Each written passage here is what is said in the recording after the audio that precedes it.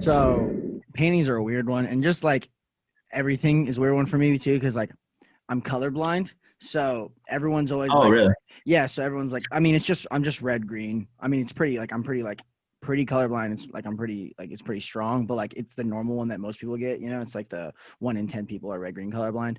So it's not like very different, but it's like people always tell me like my girlfriend and my one of my best friends last night, we were just hanging out and like they were like, I want to buy you the glasses, the Enchroma glasses for like the colorblind. Like you need to see real life. And like, what do you see? And like one of the first questions people ask me when I tell them I'm colorblind, they're like, well, what color is this? Well, what color is this? And I'm like, well, I Uh-huh. know the colors. I'm not dumb. I just my colors are different than yours. And so I always wonder like, um, if I do get those glasses, or like, what do you like the way you guys feel about colors is probably so much differently than the way that I experience colors, you know? Interesting. Yeah. Because people always I've just never. no go. I was gonna say I want the glasses to see what you see. Like I would love that. I can't imagine what that really means. I get logically what colorblind is, but what does it experience like? I don't know. Yeah, that's the tricky part of it. It's because it's like, and then my friend brought up, he was like, what do you like? What language or like if you're thinking in your head, if you're deaf from birth, like how do they think? Do they have a voice in their head? Well, that's true.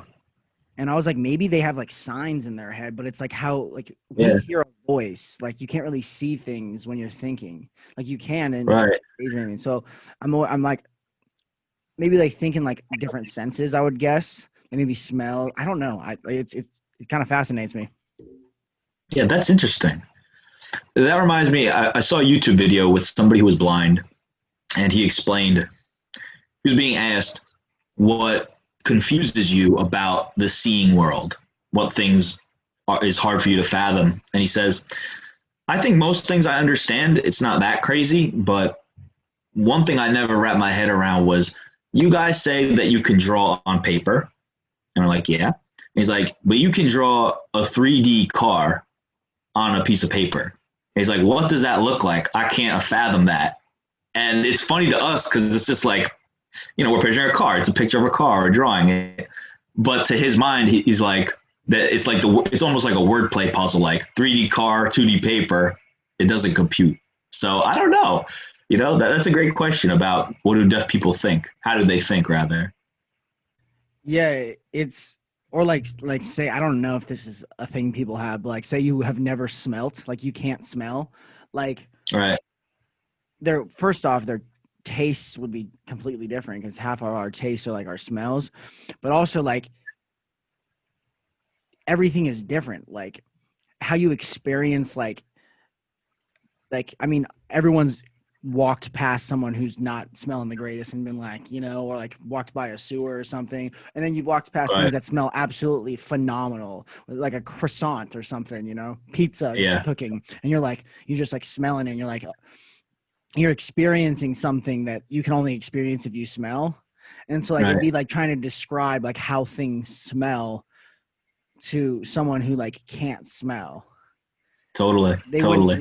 They wouldn't know the different, like if they've never been able to smell, like if they were able to smell at one point, it'd be like the same thing with like seeing or hearing, but it'd be it'd be like any of the senses, like if you can't feel things either, it'd be like trying to explain someone what it's like to feel things would be extremely hard. Right. Freaking, I read a long time ago as a kid, sharks have 8 or 11 senses. What the hell does that mean? It's Yeah. like, I think one of them was like something about water currents. Mm-hmm. But to us, I'm like, what else you got? I got the ears, the eyes, like, how many more realms of sensation could there possibly be? But like you said, someone who doesn't smell, it would seem like, what do I need that for? I don't get it. But to us, we're like, no, smelling's great. It's super cool. And maybe the shark is thinking the same thing. This reminds me of like the 2D versus like 3D argument. Like we live in 3D, so if you like have a piece of paper on like a flat plane, like if you just have a flat plane and you like drop like an ant in that, he only exists through that plane, Like obviously he's a Right. 3D being, but like say you drop someone into a 2D, they wouldn't understand how we could like stack things up or like Uh-huh. they like the thing would just disappear. And so Yeah. like that's the same thing if like because there's like I don't know 11 dimensions I think they said. So like the fourth dimension, like whatever, it would be time travel, I think. Like we can't fathom that because like we can't do that. So it's like Right.